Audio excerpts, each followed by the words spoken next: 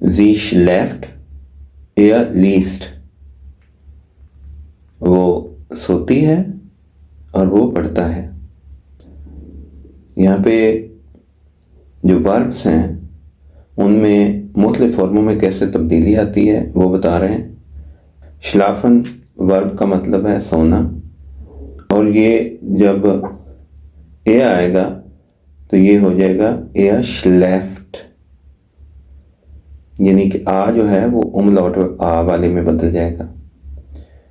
और लेजन जो है वो उसकी लेजन की जो ई है